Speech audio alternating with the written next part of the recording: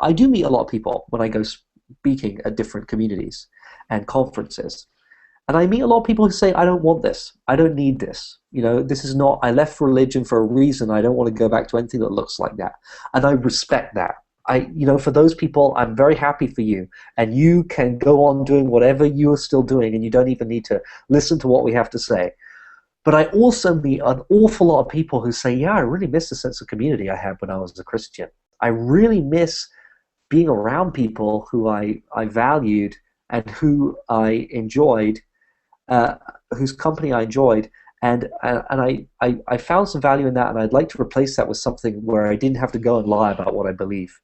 And I have that reaction actually more than I have the first reaction. And so I know there's a market for this out there. It's generally not the people who write on free thought blogs. Then that captures a certain part of our community. And I'm not saying that disparagingly. I just recognize that many people who post there do not want what we're trying to offer. But there's a whole secular movement out there that hasn't been tapped, who don't have people speaking to them.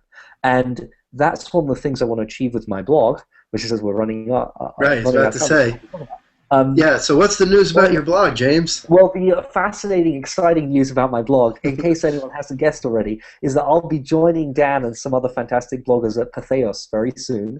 I'm very excited about it. I can't believe it. I'm very grateful to Dan, actually, to you, Dan, for making the introduction that enabled that to happen, because I just never believed that anyone was reading my blog. So it's super exciting. And what I want to do there in the sort of discussion on Patheos is the tagline now for the blog, which is keeping its name controversially, but is after religion, what's next? And I'm really interested in reaching out to people who may not be religious anymore, who've left the religious community, but who feel like they want to take a further step beyond atheism into humanism, to really ask questions about what do I believe in positively? What are my ethical commitments and responsibilities? So that's one thing. But also, I'm interested in the social question of what is going to replace, in terms of social function, the things that religions currently do in a world where more and more people are not religious. Because I think it's going to be something. It's either going to be reformed forms of religion, or it's going to be something that us non-religious people create.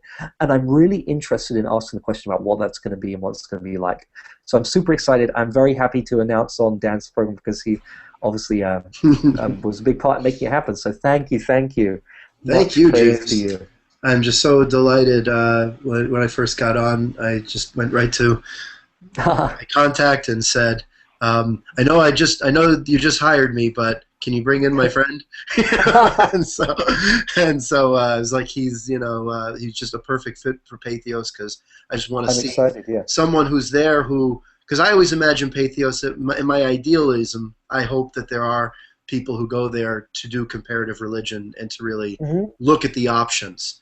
And I really want them to see that there are atheists out there who are offering all the religions, offer without any of the dogma, without any of the authoritarianism, the regressive values.